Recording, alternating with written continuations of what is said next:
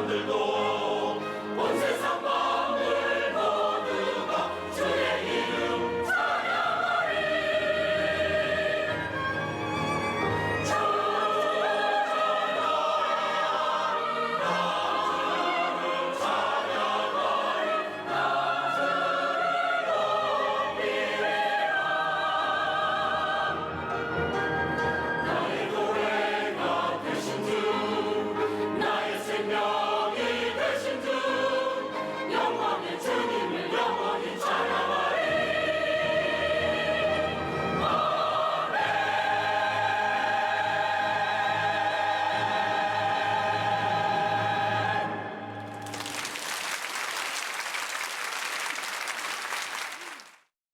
이제 우리 하나님 말씀은 로마서 15장입니다. 로마서 15장 1절부터 13절까지 말씀입니다. 신약 성경 로마서 15장 1절부터 13절까지 우리 한 절씩 교독해서 읽도록 하겠습니다. 믿음이 강한 우리는 마땅히 믿음이 약한 자의 약점을 담당하고 자기를 기쁘게 하지 아니할 것이라. 우리 각 사람이 이웃을 기쁘게 하되 선을 이루고 덕을 세우도록 할지니라. 그리스도께서도 자기를 기쁘게 하지 아니하셨나니 기록된 바 주를 비방하는 자들의 비방이 내게 미쳤나이다 함과 같으니라. 무엇이든지 전에 기록된 바는 우리의 교훈을 위하여 기록된 것이니 우리로 하여금 인내로 또는 성경의 위로로 소망을 가지게 함이니라. 이제 인내와 위로의 하나님이 너희로 그리스도 예수를 본받아 서로 뜻이 같게 하여 주사 한 마음과 한 입으로 하나님 곧 우리 주 예수 그리스도의 아버지께 영광을 돌리게 하려 하노라. 그러므로 그리스도께서 우리를 받아 하나님께 영광을 돌리신 것 같이 너희도 서로 받으라. 내가 말하노니 그리스도께서 하나님의 진실하심을 위하여 할례의 추종자가 되셨으니 이는 조상들에게 주신 약속들을 견고하게 하시고 이방인들도 그 긍휼하심으로 말미암아 하나님께 영광을 돌리게 하리 하심이라. 기록된 바 그러므로 내가 열방 중에서 주께 감사하고 주의 이름을 찬송하리로다 함과 같으니라. 또 이르시되 열방아 주의 백성과 함께 즐거워하라 하였으며 또 모든 열방들아 주를 찬양하며 모든 백성들아 그를 찬송하라 하였으며 또 이사야가 이르되 이새의 뿔이 곧 열방을 다스리기 위하여 일어나시는 이가 있으리니 열방이 그에게 소망을 두리라 하였느니라. 같이 읽습니다. 소망의 하나님이 모든 기쁨과 평강을 믿음 안에서 너희에게 충만하게 하사 성령의 능력으로 소망이 넘치게 하시기를 원하노라. 아멘. 방금 읽은 본문 로마서 15장 말씀은 바로 앞장인 14장에 이어가지고 이제 그 교회 안에서의 대인 관계에 대한 권면의 말씀이 계속되는 것을 볼 수가 있는데요. 저는 오늘 본문 말씀 중에서 그 1절에 나오는 이 강한 자라는 이 표현이요. 믿음이 강한 우리는 마땅히 믿음이 약한 자의 약점을 담당하고 자기를 기쁘게 하지 아니할 것이라. 이 말씀에서 그 특이한 게 바울이 자기 스스로를 그 믿음이 강한 자라고 그렇게 밝히고 있다는 사실입니다. 이건 나는 믿음이 좋은 사람이다, 이걸 뭐 과시하고 자랑하기 위해서 그런 게 아니고요. 지금 본문의 흐름이 그 강한 자가 약한 자를 도와야 된다, 이런 맥락으로 흐르다 보니까 나는 믿음이 강한 자이기 때문에 믿음이 연약한 이웃을 도와야 할 책임이 있다, 바로 이 책임감에 관한 말씀으로 그렇게 스스로를 표현하고 있는 것입니다. 그래서 저는 이 1절 말씀을 읽으면서 그 목회자인 저 자신도 정말 하나님 앞에서 더 강해지기를 원한다, 하나님 더 강해지기를 원합니다, 그런 마음의 소원이 일어나는 것을 경험하게 됩니다. 목회를 하다가 보면은 뭐 크고 작은 어려움 당연히 생기는 거 아닙니까? 그럴 때마다 제 마음에서 이런 악물고 구하는 게 이거예요. 하나님, 이런 어려움쯤이야 아무 문제가 되지 않는, 이런 것 때문에 흔들리지 않는 그런 강함을 허락해 주시기 원합니다. 왜 그렇게 기도할까요? 제가 강해야, 담임 목사인 제가 강하고 견고해야, 그래야 우리 젊은 목사님들을 제가 섬길 수 있고 우리 순장님들을 돌볼 수 있고 이런저런 어려움 중에 있는 성도님들을 말씀으로 제가 세울 수 있는 일을 할 수 있기 때문에 더 강해지기를 원하는 겁니다. 그래서 에베소서 3장 16절 말씀이요, 그의 영광의 풍성함을 따라 그의 성령으로 말미암아 너희 속사람을 능력으로 강건하게 하시오며, 또 디모데후서 2장 1절, 내 아들아 그러므로 너는 그리스도 예수 안에 있는 은혜 가운데 강하고.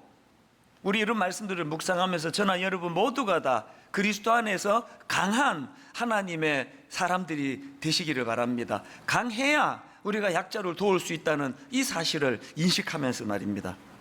자, 그렇다면은 이런 질문이 가능하지 않습니까? 아니, 오늘 본문 말씀이 강한 자라야 연약한 자들을 도울 수 있다고 말씀하시는데, 그러면 이 어떤 사람이 강한 자인가? 누가 강한 사람인가?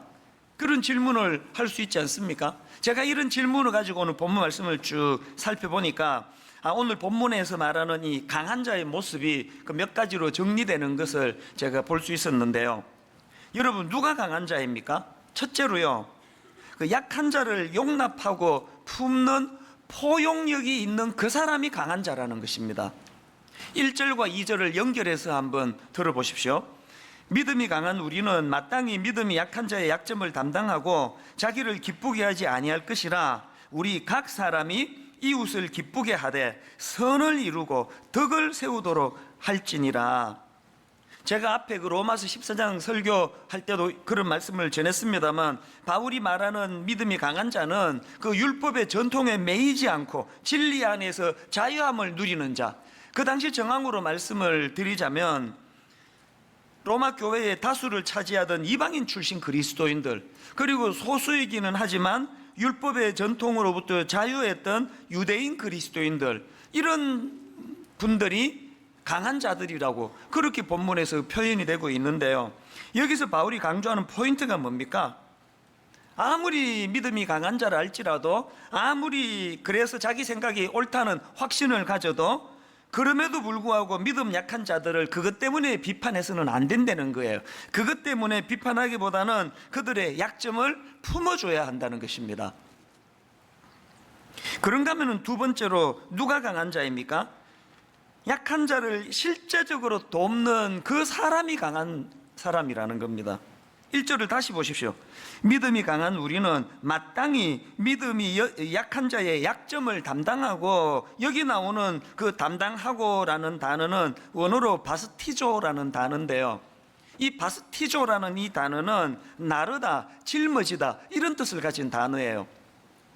이 단어가 사도행전 3장에도 나오는데요. 자, 사도행전 3장 1절 2절입니다. 제9시 기도 시간에 베드로와 요한이 성전에 올라갈새 나면서 못 걷게 된 이를 사람들이 메고 오니, 이게 바스티조예요.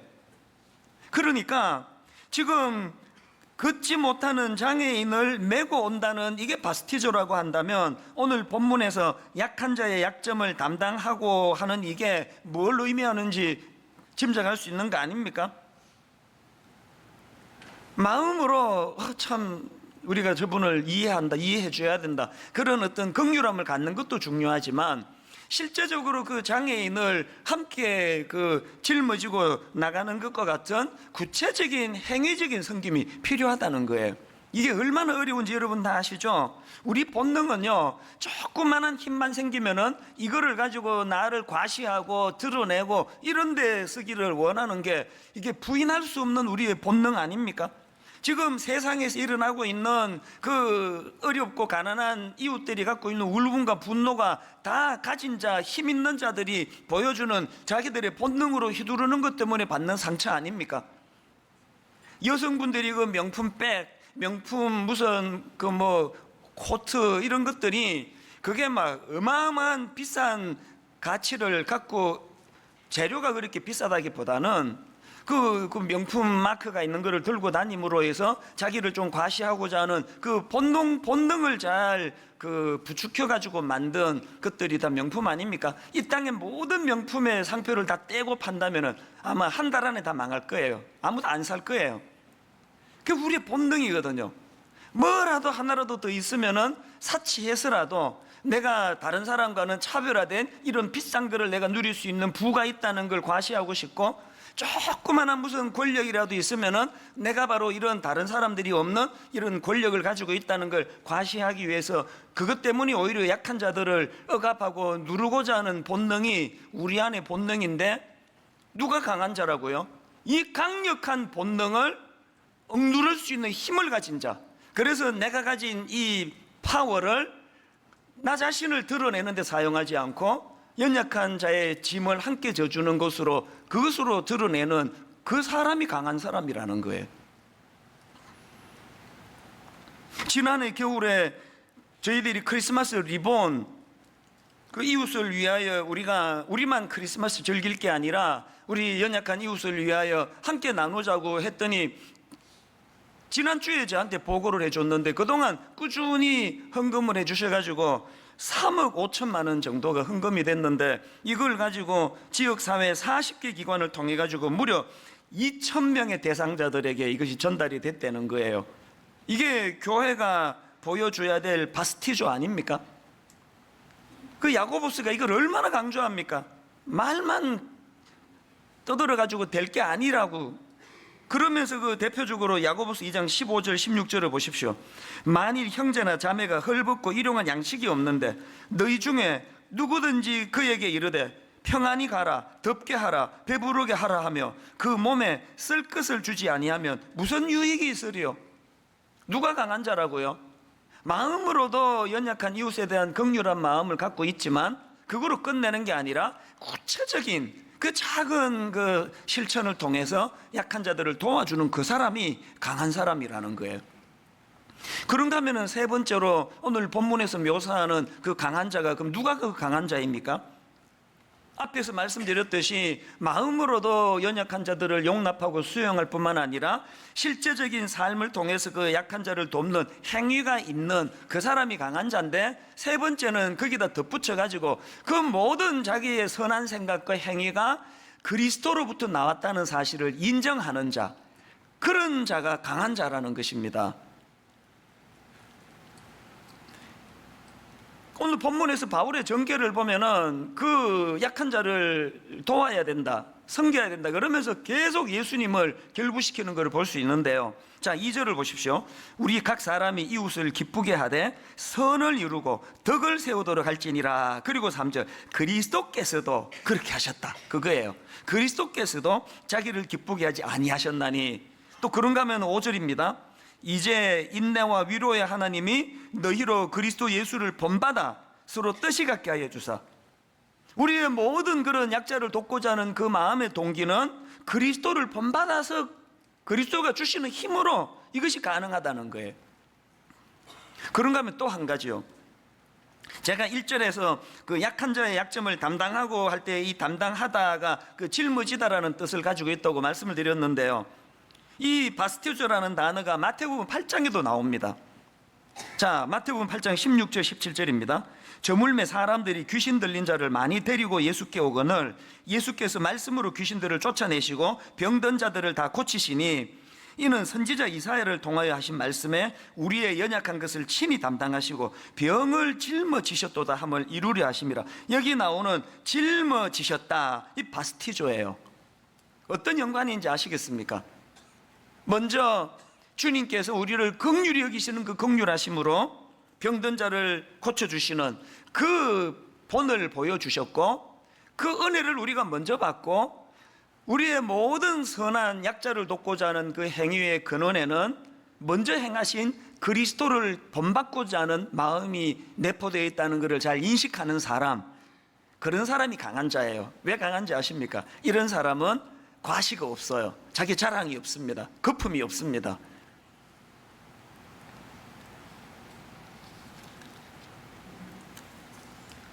이 하나님의 은혜를 예수 그리스도의 그 작은 한 사람을 향하신 그 바스티조가 뭘 의미한지를 깨닫는 사람은요, 늘 마음에 감동이 있습니다.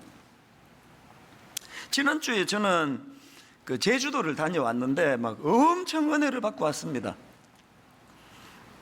들어보니까 올해가 제주 선교 110주년이고요.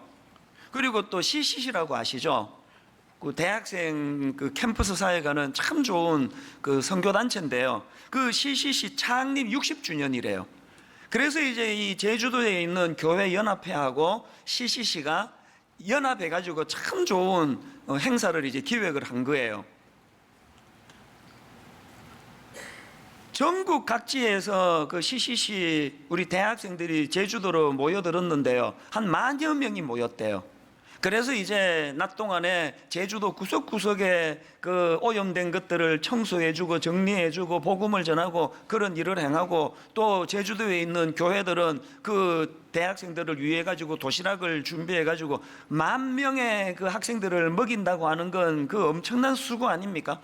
그렇게 이제 수고를 많이 하고 저녁에는 또 그 10,000명의 그 CCC 학생들하고 제주도에 있는 그 성도님들이 함께 모여가지고 집회를 하는데, 목요일 저녁에 저를 강사로 부른 겁니다. 그래서 제가 이제 말씀을 준비하고 쭉 그렇게 기다리고 있었는데요. 그 여러분 다 아시지만 지난주에 그 일기예보를 보니까 갑자기 제주도에 그 비가 얼마나 많이 오는 예보가 있어요. 장마가 시작이 돼가지고요. 그래서 제가 월요일부터 바짝 긴장해가지고 이제 일기예보를 계속 이렇게 주시를 하니까 하필 제가 말씀을 전하는 목요일 날 비가 엄청 온다는 거예요. 이게 왜 문제가 되는가 하면은요, 그 학생과 제주도의 성도님이 합쳐서 뭐 한 20,000여 명 정도가 지금 모이는데 야외에서 모이는 거예요. 야외에서.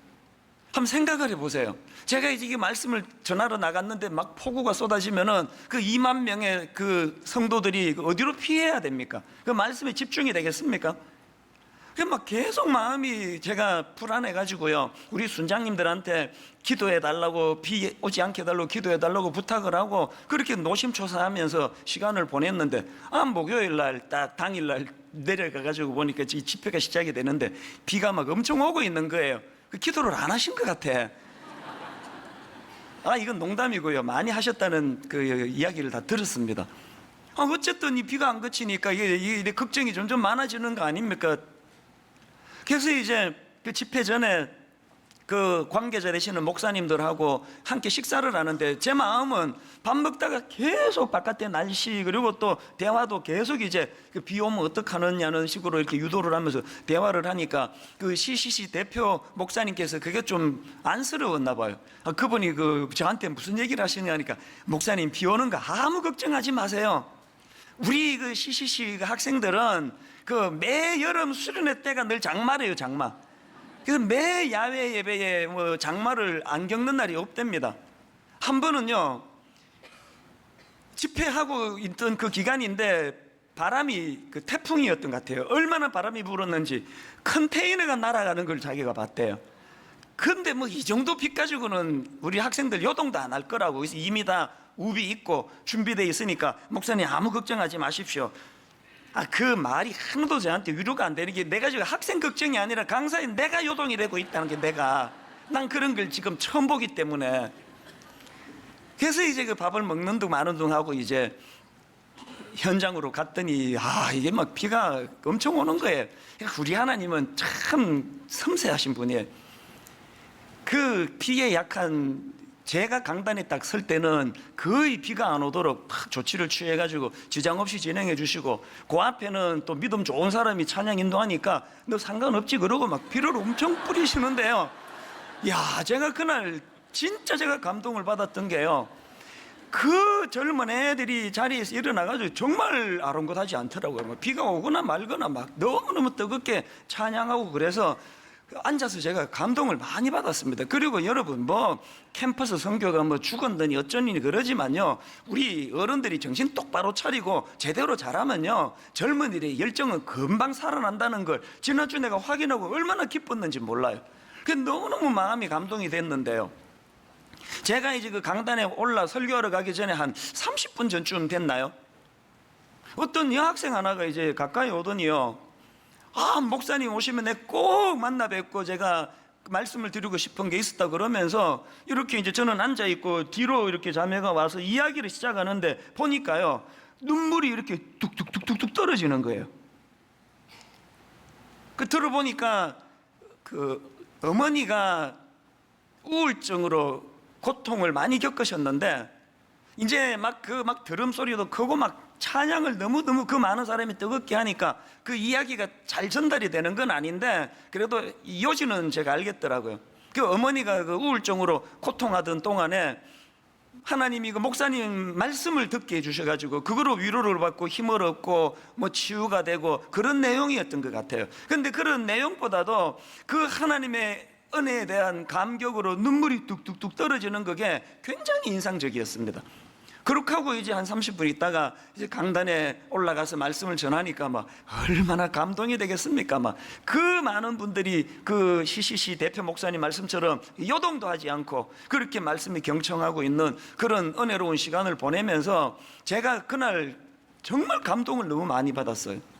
제주도 성도님들도 감동이 되고 그 CCC 학생들도 감동이 되고 그렇게 하고 이제 분당에 올라왔는데 참 놀라운 건 뭐냐 하면은요, 제가 그 하루 동안에 그 수많은 사람들 앞에서 받았던 감동이 얼마나 다양하고 많겠습니까? 그런데요, 하나님이 꼭 무슨 깔때기로 그 감동을 이렇게 그 축약시켜 주시는 것처럼요, 점점 내 감동이 모아지는 하나가 있는데 그게 뭐냐 하니까 그 수많은 젊은이들과 성도들의 찬양과 함성과 예배와 이런 것들보다 포커스가 어디로 가느냐, 그 30분 전에 만났던 그 자매의 눈물이 뚝뚝뚝뚝 떨어지는 게 머리에 점점 강하게 각인이 되는 거예요. 왜 이게 각인이 됐을까요? 사실대로 말씀드리면요, 그날 한 2만 명이 모였다. 뭐 어제 제가 또 검색을 해보니까 한 3만 명 모였다고 그렇게 또 나와 있더라고요. 여러분, 그 2만 명, 3만 명 앞에서 이 대학생 한 사람의 존재는요, 그 미미한 거 아닙니까? 그 점 같은 존재 아닙니까? 그런데 제 마음에서 하나님이 주시는 감동은 그 한 사람의 눈물로 자꾸 집중하게 하시는 거예요. 아까 예수님께서 그 바스티조, 이는 선지자 이사야를 통하여신 말씀에 우리의 연약한 것을 친히 담당하시고 병을 짊어지셨도다. 그 주님의 이 모습이 막 여러 사람 막 2만 명, 3만 명 막 대량으로 고쳐내고 하는 이런 데 집중하지 않으시고 그 한 사람 한 사람에게 마음을 가지고 그를 품어주시는, 이게 제주도에서 하나님이 저에게 주시는 메시지였던 것 같아요. 그 사람 많이 모인 거, 거기서 설교한 거 이런 거품에 휩싸이지 말고 그 한 영혼을 돌보시는 그 하나님의 마음. 어제 저녁에요, 한 밤 11시쯤 이 설교를 그 마무리하는데 점점 그 눈물이 뚝뚝뚝뚝 떨어지는 그 여학생 얼굴도 기억이 안 나고 뭐 아무것도 기억이 안 나는데 이 툭툭툭 떨어지는 그 모습이 계속 제 마음에서 이 오버랩이 되는 거예요. 하나님은 제게 뭘 교훈하기를 원하실까요? 누가복음 13장에 보면 예수님께서 그 하나님 나라에 대해서 설명하시는데 누룩을 가지고 설명하십니다. 누가복음 13장 20절 21절을 보십시오. 또 이르시되 내가 하나님의 나라를 무엇으로 비교할까? 마치 여자가 가루 서말 속에 갖다 넣어 전부 부풀게 한 누룩과 같으니라 하셨더라. 여러분, 그 누룩은 그 빵 만들 때 그거 부풀게 하는, 밀가루를 부풀게 하는 효소라는 건 다 알고 있지 않습니까? 예수님이 왜 하나님 나라를 지금 이 누룩으로 설명할까요? 우리가 생각하는 어떤 파워, 강함, 우리가 하나님 앞에 구하는 거는 다 누룩이 내가 강해지는 거예요. 내가 부풀어지고 내가 부각이 되는 거예요. 그런데 지금 예수님이 하나님 나라를 설명하는데 그 누룩은 그 가루 서말 속에 들어가 버려요. 사라져 버려요. 존재가 없어집니다. 누룩 자신이 없어지고 사라지는 대신에 가루 서말을 부풀게 하는 내적인 능력이 나타나는 그곳, 그게 하나님 나라라는 거예요. 뭘 반성해야 됩니까? 우린 자꾸 은혜 받아가지고 내가 강해지기 원합니다. 내가 강함이 드러나기 원합니다. 내가 권력을 갖기 원합니다. 내가 부를 취하기를 원합니다. 내가 대형교회 목사가 됐으니까 2만 명, 3만 명 모이는 집회에 당연히 내가 설교하는 거 이거 정당한 거 아닙니까? 자꾸 우리는 나 자신이 드러나고 부각되는 그걸 은혜라고 생각하지만 주님이 가르치시는 하나님 나라는 누룩은 없어지는 거예요. 사라져요. 그런데 그 누룩의 내적인 능력, 가루 서말을 부풀게 만드는 그 내적인 능력, 이게 하나님 나라에서의 모습이라는 겁니다. 2만 명, 3만 명 모인 이걸 과시하는 게 세상이라면 그 2만 명, 3만 명 중에 그 눈물이 뚝뚝뚝 떨어지는 그 한 영혼을 집중하게 만드시는 그런 성품을 가지신 분이 우리 하나님이시라는 거, 이걸 인식하고 거품 걷어내고 2만 명이 출석하든 3만 명이 출석하든 그건 내가 상관할 바가 아니고 오늘도 그 한 영혼에게 집중해서 눈물 흘리는 한 영혼 등을 두드려 줄 수 있는 사람, 이게 성경이 말하는 강한 자라는 것입니다. 이런 점에서 저는 사도 바울이 참 존경스러운데요, 고린도전서 9장에 보면은 바울의 고백이 진짜 눈물겹습니다. 고린도전서 9장 19절부터 23절까지 이 바울의 심정을 좀 느끼면서 천천히 읽어드릴 텐데 한번 느껴보십시오. 바울이 이렇게 고백합니다. 내가 모든 사람에게서 자유로우나 스스로 모든 사람에게 종이 된 것은 더 많은 사람을 얻고자 함이라. 그러면서 구체적인 자기의 마음 상태를, 사례를 이렇게 이야기합니다. 20절부터예요. 유대인들에게 내가 유대인과 같이 된 것은 유대인들을 얻고자 함이요, 율법 아래에 있는 자들에게는 내가 율법 아래에 있지 아니하나 율법 아래에 있는 자 같이 된 것은 율법 아래에 있는 자들을 얻고자 함이요, 율법 없는 자에게는 내가 하나님께는 율법 없는 자가 아니요 도리어 그리스도의 율법 아래에 있는 자이나 율법 없는 자와 같이 된 것은 율법 없는 자들을 얻고자 함이라. 약한 자들에게 내가 약한 자와 같이 된 것은 약한 자들을 얻고자 함이요, 내가 여러 사람에게 여러 모습이 된 것은 아무쪼록 몇 사람이라도 구원하고자 함이니 내가 복음을 위하여 모든 것을 행함은 복음에 참여하고자 함이라. 세상은요 이런 사람을 제일 싫어해요. 줏대도 없고 뭐 이런 사람 만나면 나 이런 사람이다, 저런 사람 난 저런 사람이다. 진보적인 성향을 가진 사람에게는 자기가 진보적인 사람인 것처럼 이야기하고, 보수적인 성향을 가진 사람을 만나면 자기가 보수인 것처럼 이야기하고, 세상은 이런 사람을 제일 싫어해요. 바울이 자기가 그런 사람으로 살았다는 거예요. 유대인을 만날 때는 내가 유대인으로서 율법을 강조하는 사람에게 난 그로부터 자유했지만 나 역시도 율법을 중요하게 여기는 사람처럼 그렇게 대했다. 이런 걸 사람들은 줏대도 없고, 이런 걸 사람들은 자존심도 없고, 이런 사람들에 대한 비난이 많은 걸 바울이 왜 모르겠습니까만, 바울이 왜 그럼에도 불구하고 그런 이상한 모습을, 태도를 취할 수밖에 없었다고요? 본인이 고백하지 않습니까? 내가 여러 사람에게 여러 모습이 된 것은 아무쪼록 몇 사람이라도 구원하고자 함이니. 아까 본인이 말했잖아요. 난 그리스도 안에서 강한 사람이라고. 강한 사람이 취해야 될 모습이 이런 거라는 겁니다. 오늘 여러분 교회 안에서 자기가 강하다고 생각하는 사람들이 갖고 있는 잘못된 게 뭐예요 지금? 자기의 강함을 드러내고 너도 나처럼 이렇게 따라와라, 나랑 같은 편 하는 게 좋을걸 신상에. 오늘 우리가 갖고 있는 정말 고쳐야 되는 생각들은요, 우리는 누룩이에요. 하나님 나라에 없어지는 거예요. 자존심도 없고요. 그렇게 해서라도 아무쪼록 몇 사람이라도 구원하고자 함이니 내적인 능력으로 자기는 사라지고 자기는 존재감이 없어지고 대신에 그 가로 서말이 부풀려지는 이런 것을 기뻐하는 그 사람이 강한 자인 것을 인식하게 되시기를 바랍니다. 본문에서 제가 이런 깨달음을 얻었고요, 그런가 하면은 오늘 본문에서 주목해야 될 말씀이 하나 더 있습니다. 7절인데요.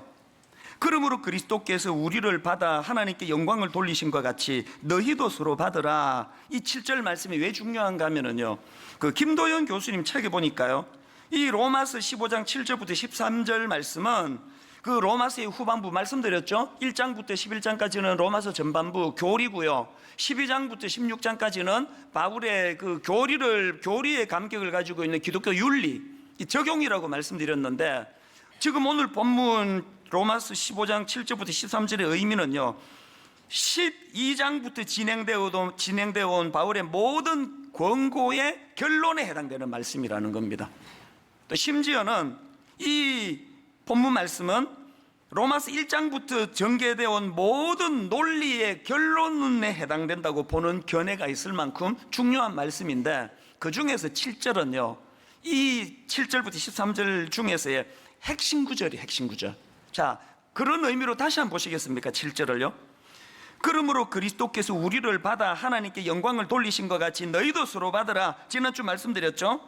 생각이 다르고 개념이 다르고 음식을 누구는 소중히 여기고 누구는 개의치 않고 먹고, 그렇게 다른 게 많다 할지라도 내치지 말고 그를 품고 받으라는 말씀이 7절 말씀인데, 제가 주목하는 거는요, 그 앞에 나오는 말씀이에요. 자, 7절을 다시 한번 보십시오.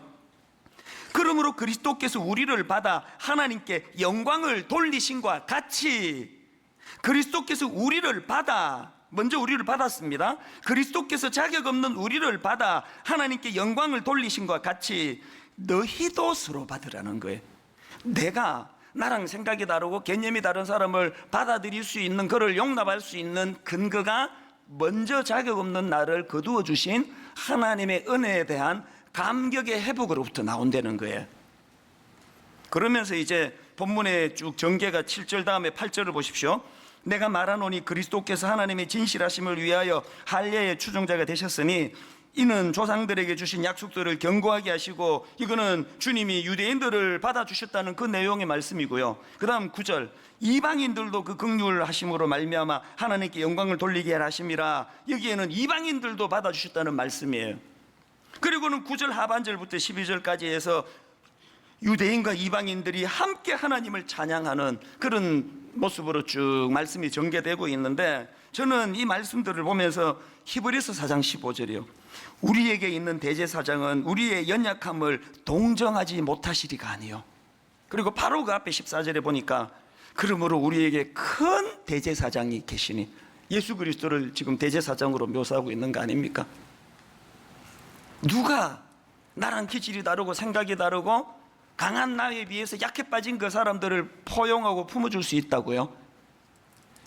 그 대제사장 되시는 그리스도가 자격 없는 나를 먼저 품어주셨다는 사실을 감격하고 감동하는 그 사람이 다른 약한 자를 품을 수 있다는 그 논리로 지금 말씀이 전개되고 있거든요. 저는 예전에 어렸을 때를 기억하면서 지난 주간에 그 찬송가 135장 3절이요, 허물 많은 베드로를 용서하시고 의심 많은 도마에게 확신 주시고 사랑하는 그의 제자 가슴에 안고 부드러운 사랑으로 품어주셨네. 한때는 많이 흥얼거렸습니다. 허물 많은 베드로를 용서하시고 의심 많은 도마에게 확신 주시고, 그 다음 가사가 오늘 본문과 연결되는 거 아닙니까? 사랑하는 그의 제자 가슴에 안고, 허물 많아도 의심이 많아도 내치지 않고 그를 품어주시는 주님, 부드러운 사랑으로 품어주셨네. 이게 왜 저에게 눈물의 찬양인지 아십니까? 뭐 골백번도 더 반복해서 여러분들에게 드리는 말씀이지만, 저는 20대 초반에 미국으로 이민 갔는데 초기에 적응을 잘 못했던 사람 아닙니까? 그때 생각해 보면은요, 육체적으로는 너무너무 힘들었었는데 대학교 2학년을 마치고 졸업 안 하고 미국으로 갔으니 미국 대학교에 입학을 해야 되는데 영어가 실력이 안 되는 거예요.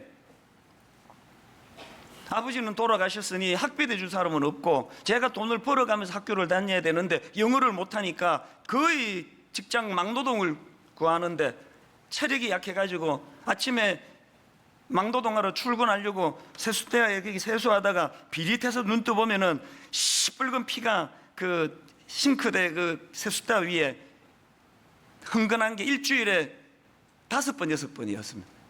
맨날 두통에 시달리고. 그때를 생각해 보면은요, 이렇게 육체적으로 힘든 죽을 것 같은 그것도 괴로웠지만 절망적으로 저를 힘들게 했던 거는 거절감이에요. 거절감. 너무 초라하니까.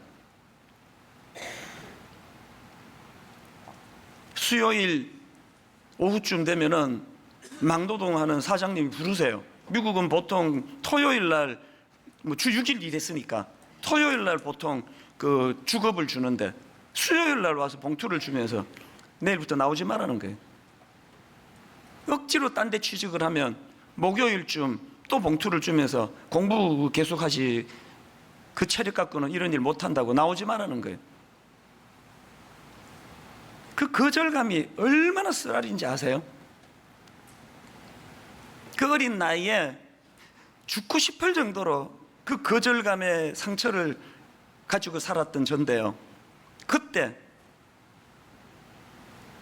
사람들은 기능적으로 저를 보고 저를 내치고 저를 품어주지 않고 그 거절감으로 아프게 만들었는데, 저 찬양 그대로예요. 허물 많은 베드로를 용서하시고 의심 많은 도마에게 확신 주시고 사랑하는 그의 제자 가슴에 안고 부드러운 사랑으로 품어주셨네.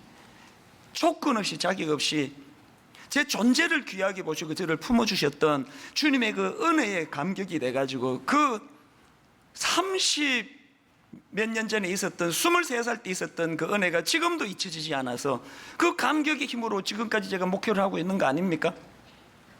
여러분, 누가 연약한 자들을 품어줄 수 있다고요? 선행해서 자격 없는 나를, 거절감으로 상처가 많은 나를, 내가 생각해도 이렇게 영어도 못하고 몸도 약한 나를 받아줄 데가 없는 게 당연하다고 생각하는 나를 허물 많은 베드로를 용서하시고 의심 많은 도마에게 확신 주시고,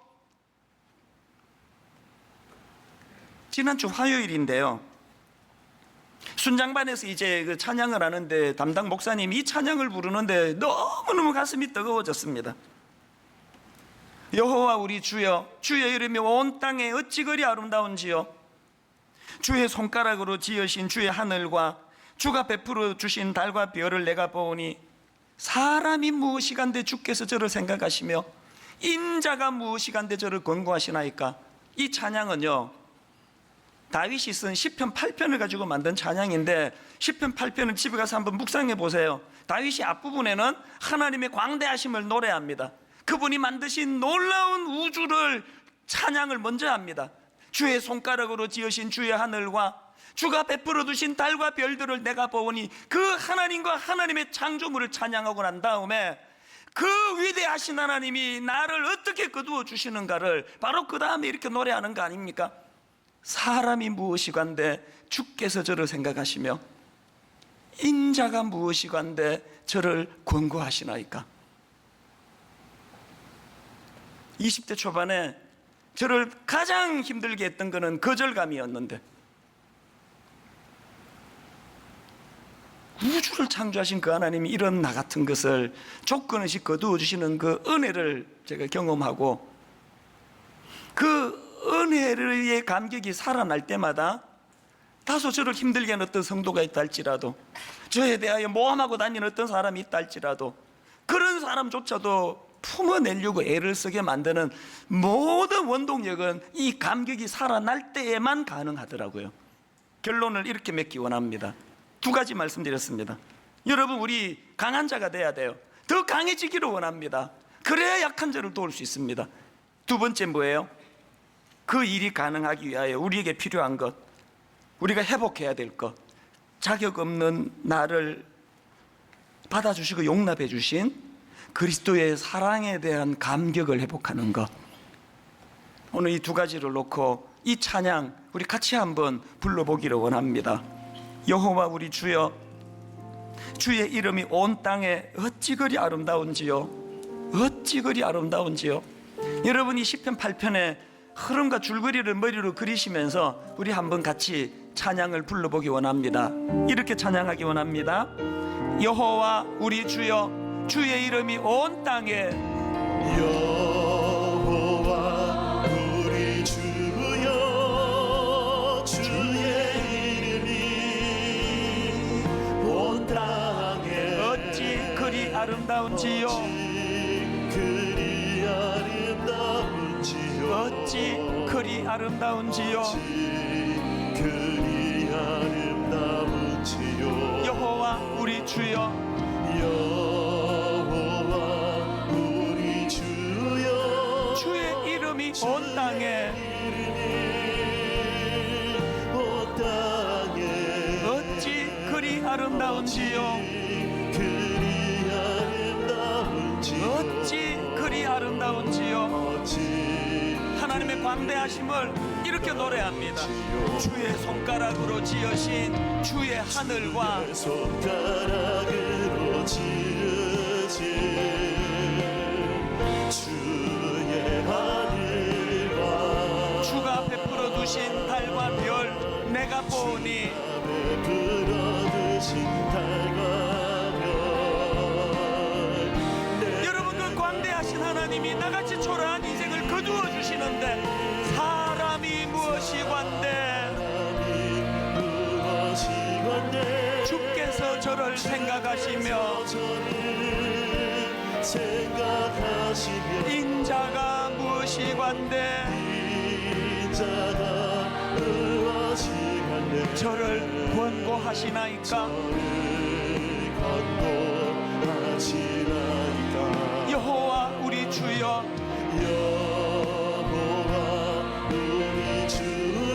주의 이름이 온 땅에 어찌 그리 아름다운지요. 어찌 그리 아름다운지요. 이 찬양 우리 한 번 더 부를 텐데 한번 자기를 돌아보면서 부르면 좋을 것 같아요. 제가 아까 육체적으로 힘든 거 막노동하는 것보다 더 힘든 게 거절감이라고 말씀을 드렸는데요.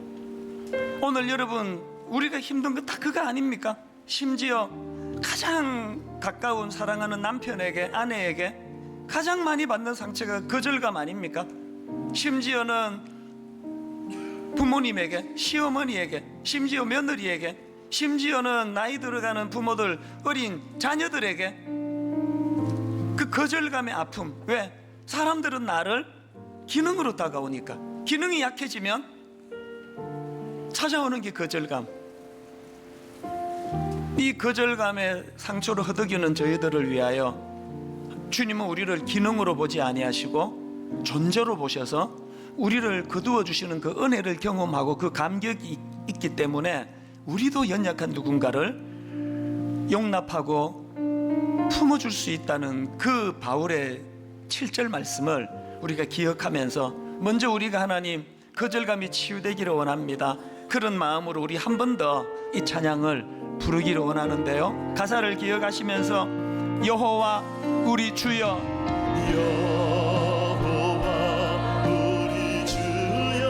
주의 이름이 온 땅에 어찌 그리 아름다운지요. 어찌 그리 아름다운지요.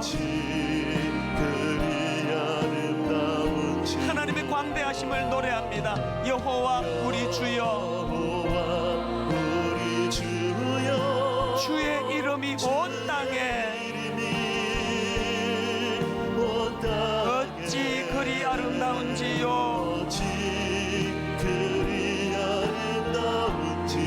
어찌 그리 아름다운지요. 하나님의 피조 세계를 찬양합니다. 노래합니다. 주의 손가락으로 지으신 주의 하늘과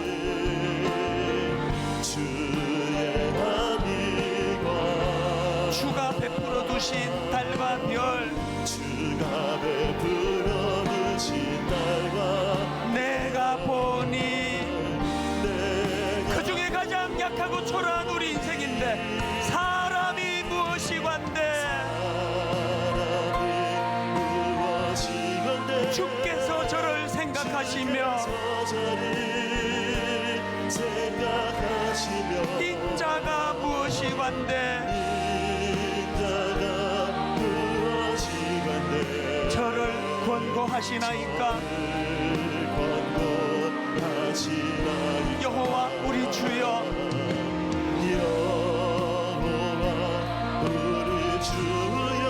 주의 이름이 온 땅에 어찌 그리 아름다운지요. 어찌 그리 아름다운지요. 빛이요 여호와는 나의 빛이요 여호와는 나의 구원이시니 나의 구원 내가 누구를 두려워하리요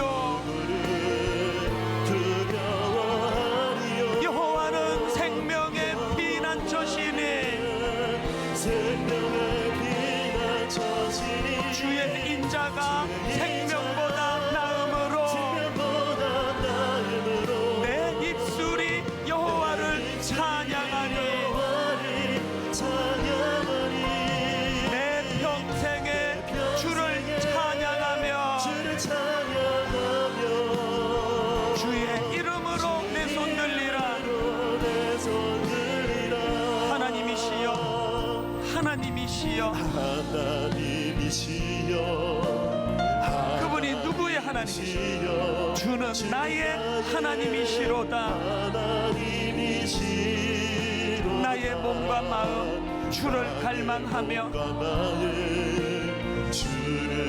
이제 내가 주께 고백하는 마 주께 고백하는 마 여호와는 나의 빛이요 여호와는 나의 빛이요 여호와는 나의 구원이시니 나의 구원이 내가 누구를 두려워하리요 두려워 여러분 이렇게 한번 선포하지 않으시겠습니까? 여호와는 생명의 피난처시니 생명의 피난처시 주의 인자가 생명보다 나음으로 생명보다 나음으로 내 입술이 여호와를 찬양하니 여호와를 찬양하니 내 평생에 평생에 주를 찬양하며 찬양하며 주의 이름으로 내 손 들리라 이름으로 우리 다 자리에서 일어나셔서 여호와는 나의 빛이요 나의 빛이요 여호와는 나의 구원이시니 나의 구원이 내가 누구를 두려워하리요 두려워하리요 여호와는 생명의 피난처시니 생명의 피난처시니 주의 인자가 생명보다 나음으로 생명보다 나음으로 내 입술이 여호와를 찬양하니 찬양하니 내 평생에 주를 찬양하며 찬양하며 주의 이름으로 내 손 들리라 우리 마지막으로 한번 이렇게 더 선포합니다 주의 인자가 생명보다 나음으로 인자가 생명보다 나음으로 내 입술이 여호와를 찬양하니 찬양하니 내 평생에 주를 찬양하며 찬양하며 주의 이름으로 내 손 들리라 내 손을 주의 이름으로 내 손 들리라 주의 이름으로 내 손 들리라 두 가지 놓고 기도하기 원합니다. 하나님 강한 자가 되고 싶습니다. 강한 자가 되기를 원합니다. 어지간한 상처에는 흔들리지 않는 강한 자가 되기 원하는데 아버지 제가 강한 자가 되어 연약한 자의 짐을 함께 져주기를 원합니다. 두 번째 제목이 뭘까요? 아버지 그 일이 가능하기 위하여 자격 없는 나를 조건 없이 거두어 주신 그 은혜에 대한 감격이 회복되기를 원합니다. 어떤 은혜로 주님이 나를 거두어 주셨던가 이 두 가지를 놓고 우리 한번 통성으로 우리 안에 치유를 주님 앞에 사모하며 같이 기도하시겠습니다. 같이 기도하십니다. 살아계신 하나님 아버지 강한 자가 되기를 원합니다. 강한 자가 되고 싶습니다. 우리 앞으로 사랑이 마음과 주의 은혜를 채우시고 사랑의 손길로 상처가 되지 아니하고 우리를 모시기 시작하시는 아픔이 내면에 뿌리 내리지 않는 강한 자가 되고 싶습니다. 하나님 그 일이 가능하기 위하여 인자가 무엇이라면 저를 건너시나이다 나 같은 그 자격 없는 나 사람들도 기능적으로 나를 용납하지 않는 아픔을 갖고 있는 우리를 어떤 사람으로 조건 없이 우리를 용납 용납해 주시고 수용해 주시고 받아주셨던가에 대한 그 감격이 회복되기를 원합니다. 하나님 그 은혜로 우리를 회복시켜 주시옵시며 아버지 그 은혜로 우리를 아버지 그 은혜의 자리로 하나님 저희들을 인도하여 주시며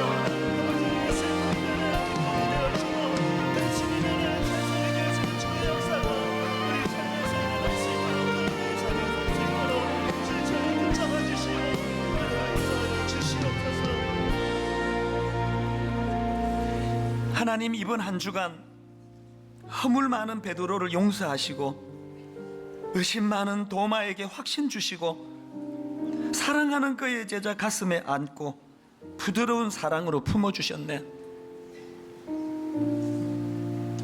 자격 없는 제자들을, 자격 없는 저희들을 품어주시는 그 주님의 받아주심의 은혜를 저희들이 다시 한번 그 감격을 회복하고 그 감격의 힘으로 우리도 아버지 강한 자가 되어 연약한 자들을 품어주고 용납할 뿐만 아니라 그들의 짐을 함께 져주는 하나님이 기뻐하시는 주님이 말씀하시는 그 강한 자가 되도록 이번 한 주간 인도하여 주시옵소서.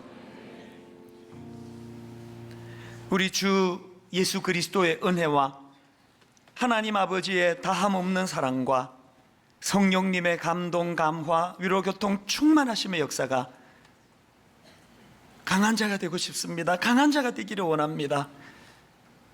나 품어주신 그 하나님 은혜 감격이 되살아나 연약한 우리 주변의 이웃들을 품고 사랑하고 그들이 지고 있는 짐을 함께 나누어 지기를 원합니다.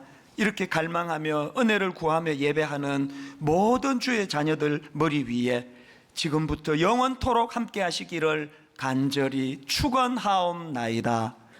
아멘.